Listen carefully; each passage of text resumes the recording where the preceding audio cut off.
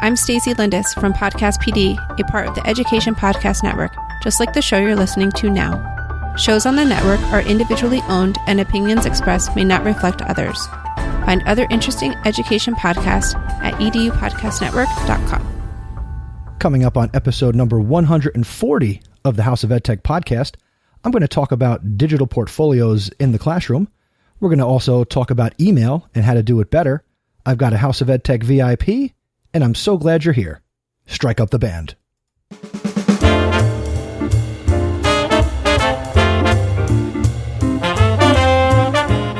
Welcome to the House of EdTech podcast. I am your host, Chris Nesi.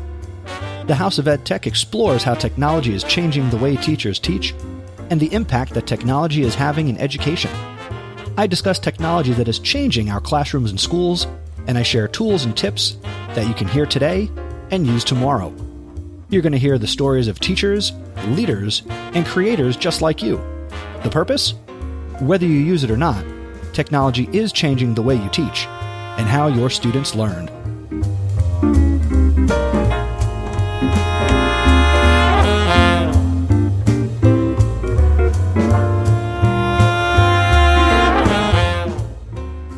Good morning, good afternoon, good evening.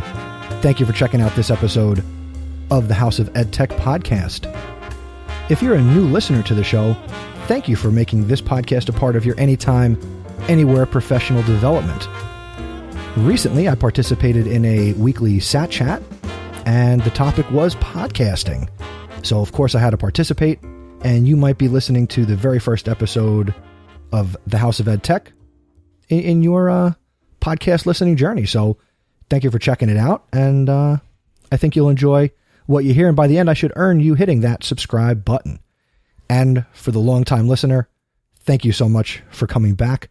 You know that I appreciate you and that you come back every 2 weeks and we do what we do here on the House of EdTech. So let's get started.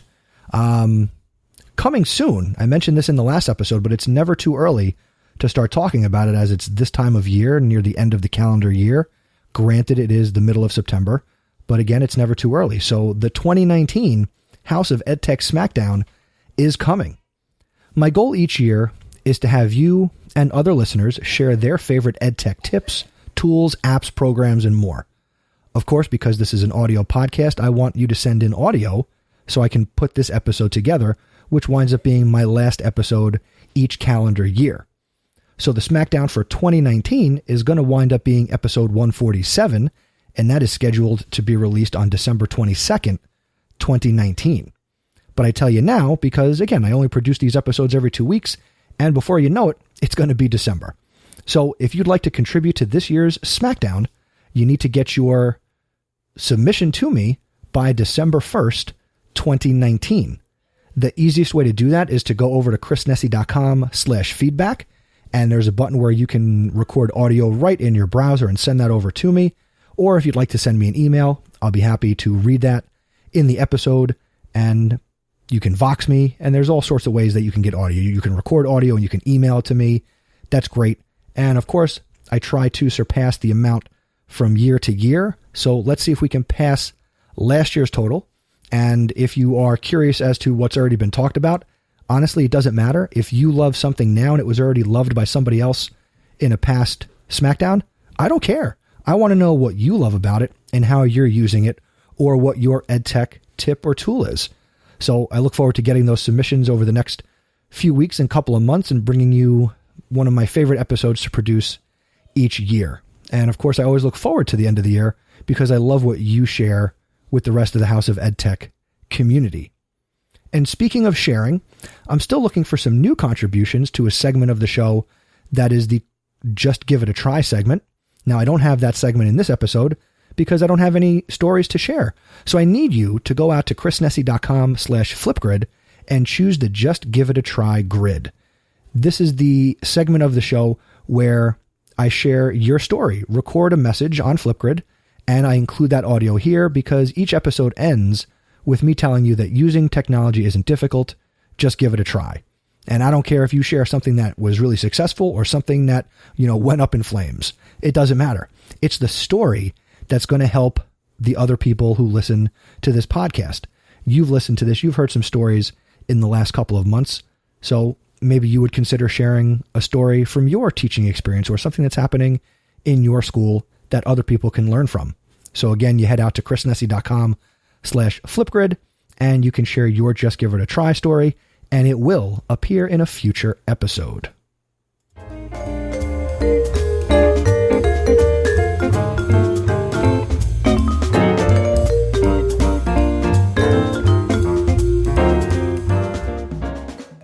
Let's dive right into the featured content for this episode, which I've titled Digital Portfolios in the Classroom. I am trying something new in my classroom that I've never done before, and you guessed it, I'm going to have my students, my social studies students, create digital portfolios. Now, I've never done this before, but for years, whether it's in my school or just going to, ed camps and different events that I've gone to, this idea of digital portfolios comes up from time to time as something that's great for students. And I typically only hear about it happening in the elementary grades and, sometimes maybe in a language arts classroom. But as I described it to my students to pitch it to them, I asked my students, if their portfolio experience had ever been something to the following. You do work, it goes into a folder, and your teacher puts that folder in a filing cabinet, and you only see that folder or really look at the other work, maybe, when you put something new into the folder, and that's kind of the end of it. And to a T, all of my students who had previous portfolio experience, that was what they had done. And obviously being technology oriented and having Chromebooks available, I wanted to create an experience for my students and have them really buy into creating these digital portfolios. So that's what I'm starting with this year in my social studies classroom. My plan for this, as I've kind of laid it out on the little legal pad that I do a lot of my planning on, I want my students to be able to post and share their projects, whether it's presentations in Google Slides or Prezis or Adobe Sparks. We also do document-based questioning writing, where obviously the final product is an essay, so they're writing assignments. And from time to time, yes, as much as I love technology, I do have them do things physically and make stuff and kind of get their hands dirty, so to speak. So I imagine them also taking photos of some of the things that they do physically to include on these sites. Now, I want these sites, in addition to containing information about their projects and actually seeing the projects, I'm also asking them to do an About Me page, which I think is really valuable as I pitched it to them. Any website you go to, you'll see about me, about us, whether it's a person's personal website. I have my own, chrisnessy.com/about talks all about me. And so you get to know who I am if you have no idea who Chris Nessy is. It's a great way to really put a positive digital footprint out there where, you're controlling the message and you're deciding what's there. How am I tying this to social studies? That's a great question. I start the year off by doing a unit on culture. And because culture is a part of everything that we study, whether it's government, economics, music, arts, family structure, how society is organized, those different aspects fit into any topic of study the rest of the year. So I'm having my students create an About Me page where obviously they're getting information about digital citizenship, and they're also tying in these social studies concepts and applying it to them. So they're looking at these elements of culture, and I'm really getting them to be, self-reflective. And ultimately, this will be out there on a website that they can share with their family, their friends, that I can share. I want to promote these things, on Twitter and really share the good work that my students are doing and really give them what we always talk about. And that's the idea of the authentic audience. I don't want the students just creating so I see it and they see it and maybe a friend or two sees it in class. I want everybody to see the good work that my students are doing and to see the progress that they make from start to finish on things. I'd also like to have them reflect on their work. So not just posting the embed code to a Google slideshow or a Prezi or just posting a Google Doc to their DBQ responses, but I'd also like to get them actually doing some written reflection and really sculpt the narrative of their learning. Now, everything I'm sharing and talking about right now, this is my thought. I'll be honest, I've done a little bit of research into what it takes to do digital portfolios, and the rest, I'm just kind of leaving it up to experience, and I want to even have these conversations with my students, to check in from time to time with them throughout the school year, and especially at the end of the year to get their input on what do you think worked about creating a digital portfolio? What do you think didn't work? In my district, a lot of the PD has revolved around student voice and agency, and I do that. So I definitely want to give them opportunities to really take ownership and control of their learning. And I believe that creating the portfolio, digital or physical, is certainly going to help students, take control of that learning. Now, another piece that I'm not quite sure about, I don't think that I'm going to be grading their portfolios at this stage or even throughout the year, because I'm not sure what that would look like, to be honest with you. But I know that my gut tells me that these shouldn't be assessed on top of the work that they're including. Now, if you think there is a way to effectively assess these, definitely please, reach out at Mr. Nessie on Twitter, send me an email. I want to know if you think that these should be assessed. Again, I'm thinking no, but I'm not sure. Another thing that I'm thinking about is having them not just include work from social studies, but to use social studies and, the history class as a freshman as a place to start to bring together all of the work they're going to do this year from all of their classes. So I am going to help them facilitate creating areas of their sites that they can include content from all of their classes. Because as I pitched it to them, at the end of the school year, I could certainly have them look through a folder and, look at their work and, maybe they'll see growth. But to really be able to go back and look and read these narratives, they'll definitely be able to see their growth and see how, the feedback from the rubrics and, the grades on these assignments, how that all has contributed to their growth from, say, here, September and October to where they're going to be in, April, May, and June. And of course, going beyond just social studies, to collect work and things that they're proud of from math, from science, from language arts, from their electives that they're taking and that they're enjoying. I just think that there is going to be tremendous value for them. So what did this look like when we started? Well, again, I started with talking about culture, and then I spent a day having the students go to Google Sites. That was the platform that I wanted to go with because it's just very easily accessible for everybody, and I know it's not blocked and everybody can access it. So I had them basically spend a block of time starting to craft their about me's and looking back at the notes, and I'm using it as a way to have them start to show their understanding of culture and applying those themes and those elements of culture to themselves. And I basically gave them a block to play with Google Sites. Some of them had some experience with it. Some of them did not. But all of them seemed very interested in it as I was walking around the room and trying to have conversations. It also served as a great way here at the beginning of the year to get to know my students, which is obviously really important because the more I know about them, the better I can work with them and kind of craft where we go with the different topics that we are going to be covering. But when I really, think about the why, and I came up with 3 I want statements. And as I wrote these here to prepare for this episode, I started to think, is it really I want? Is it too much me? But these are things I want for my students. So I'm going to go with these I want statements. And if you've got feedback, please, let me know. So I want students to share their work with the world. And a lot of them started to really feel the gravity of not just creating for me or my in-class support teacher or just for people in the class to see. That really started, I could see it in their eyes and their expressions and some of the things that they were talking about, like, wow, we're going to be sharing with the world. And I talked about how I leverage Twitter as an educator and would want to be sharing their work out there and have them make connections beyond the community that they live in and go to school in. The next I want statement I came up with was, I want students to be able to have an easy way to look back at things they've learned or experienced.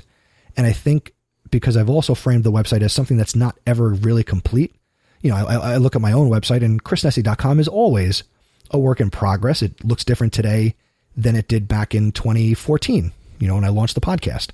So the website is something that they can always come back to and be working on and tweaking, whether it's in class or out of class. That in and of itself is something that they should be proud of. So having it digital, certainly an easy way to go back when we're adding new things or posting new content to their sites. They can always be looking at the things that they've done. And I think that's important. And I want students along those same lines to develop good reflection habits. That's where the short narrative comes in, where they're actually going to do some actual written reflection and be able to talk about what they've learned and to express themselves. Because, as I've talked about also on some previous episodes, the verbs of my classroom are create, communicate, collaborate, and critically think. Those are the 4 things that I want my students to focus on and learn this year. In terms of the history and the social studies, I'm not of the mindset that I'm getting them ready to play Jeopardy. So long after they've left my classroom, if they can do those 4 things, I tell them, and I truly believe, they'll be successful in whatever they want to do. So right here as I'm recording this, this is the very beginning for me. I have an idea of what I would like to happen, but I will report back to you on this throughout the school year to let you know how this is going. And make sure you're also connected with me on social media as I start to share what my students are doing out into the ether that is the internet. And I certainly welcome your feedback.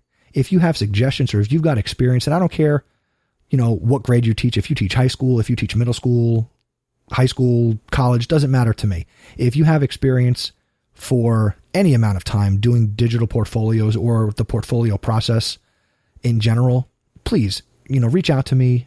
Feedback at chrisnessy.com is the email. Connect with me on Twitter.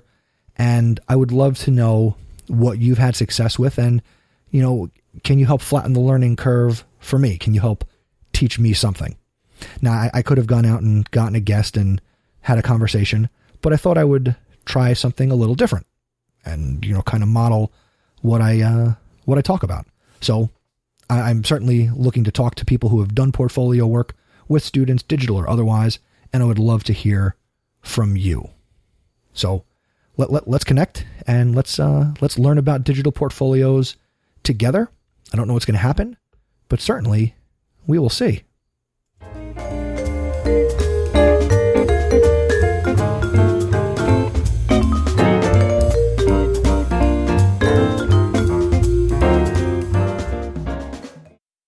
For this episode, I have comboed together my EdTech thought and my recommendation.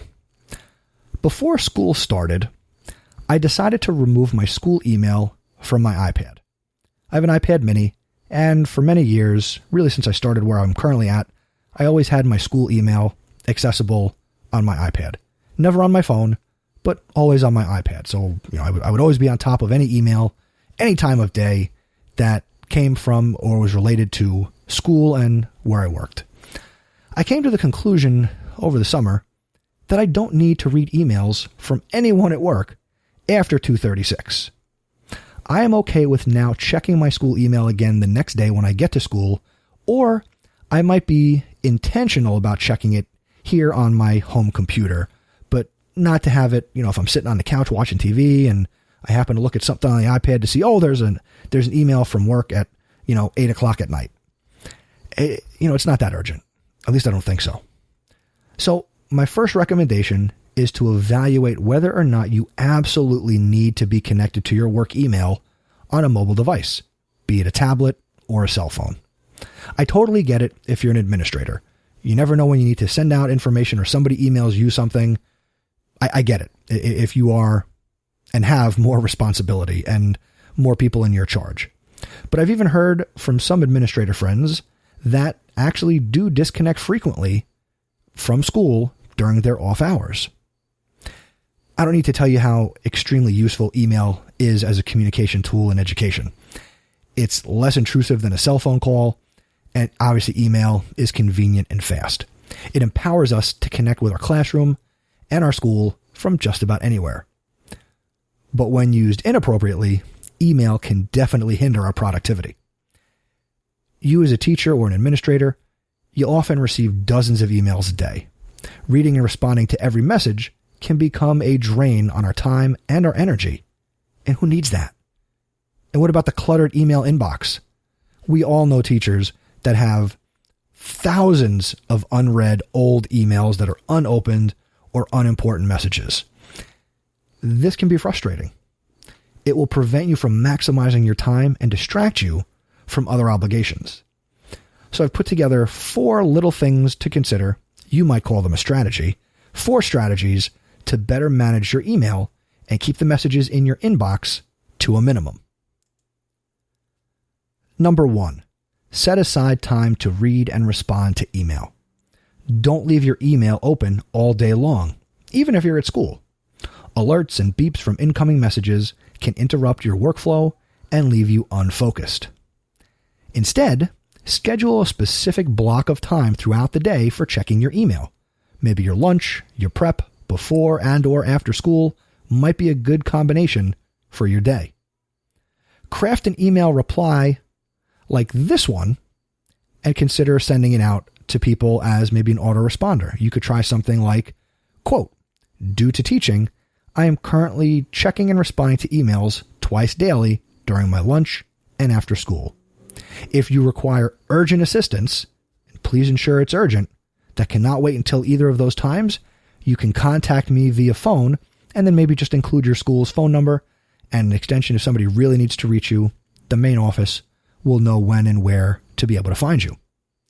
And the amount of time required for reviewing emails and replying will certainly depend on how frequently you check your messages and how many you typically receive. Number 2, take action immediately. Making quick decisions and pursuing immediate action will help keep your email inbox under control. The idea is not to delay until tomorrow what can be accomplished right away. When you check your messages, browse the inbox for emails that can be immediately deleted, such as spam or promotional emails. Then select messages that don't require a response and delete or archive them. Once you've pared down the number of messages in your inbox, you'll be able to better evaluate which ones are the most critical. And don't let emails sit in your inbox for days. Try to respond within 48 hours. Reply to the sender as soon as you've read their message. If you're unable to respond immediately, at least communicate to the sender that you received the message and you will be in touch maybe in more detail shortly. And then set yourself a deadline and be sure to follow up. Number 3, organize an inbox with labels, folders, and categories. Although a majority of emails can just be deleted, you'll most likely want to retain messages to key aspects of your role in education. Correspondence can help clarify any miscommunications. Most email programs will let you mark messages with specific labels or categories. And prioritize and group and sort the messages that you file in your inbox. The better your filing system, the easier it will be to locate specific emails when you need them. Create parent categories for broad subjects, such as students, parents, administration. Then you can use subcategories to file emails related to specific things. Before you file a message, ensure that the subject line is search-friendly. And if it doesn't accurately describe the content of the email, if you can, edit the subject line before it's categorized and archived.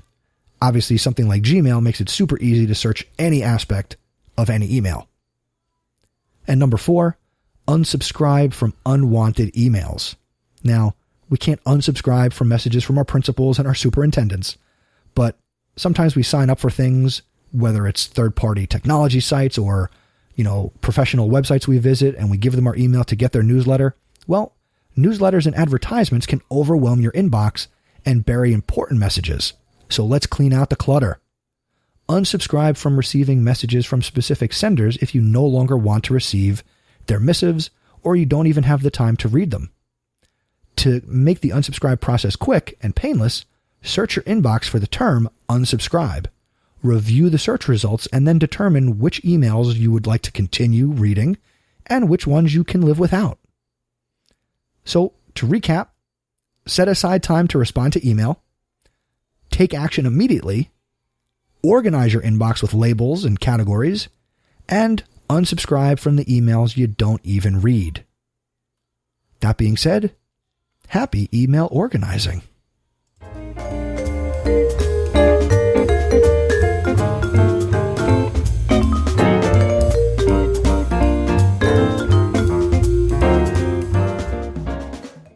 And before we head out of episode 140, let's meet this episode's House of EdTech VIP. Congratulations to Lori Guillen. Lori is the Assistant Coordinator for Model Schools at the Washington, Saratoga, Warren, Hamilton, Essex Board of Cooperative Education Services, which serves 31 school districts in 5 counties up in Saratoga Springs, New York. She believes in the power of partnerships with the best EdTech companies and has become an ambassador for many of them. Lori is involved with NYSCATE as a member of the social media team, and she was inducted into the Hall of Fame in 2017. She teaches courses with the Greater Capital District Teacher Center and has taught workshops at Skidmore College on digital literacy. Lori holds a master's in teaching and a CAS in school building leadership. She is also currently enrolled in the SUNY Plattsburgh School District Leader CAS program. Lori has presented at many conferences, and her presentations are usually about coding, digital fluency, integrating technology to transform learning, and to increase creativity. Lori is on Twitter. She is at Smile Learning, SmileLearning, and I'll also include a link to her Google site in the show notes for this episode out at chrisnessy.com/140. Congratulations, Lori. You are a House of Ed Tech VIP.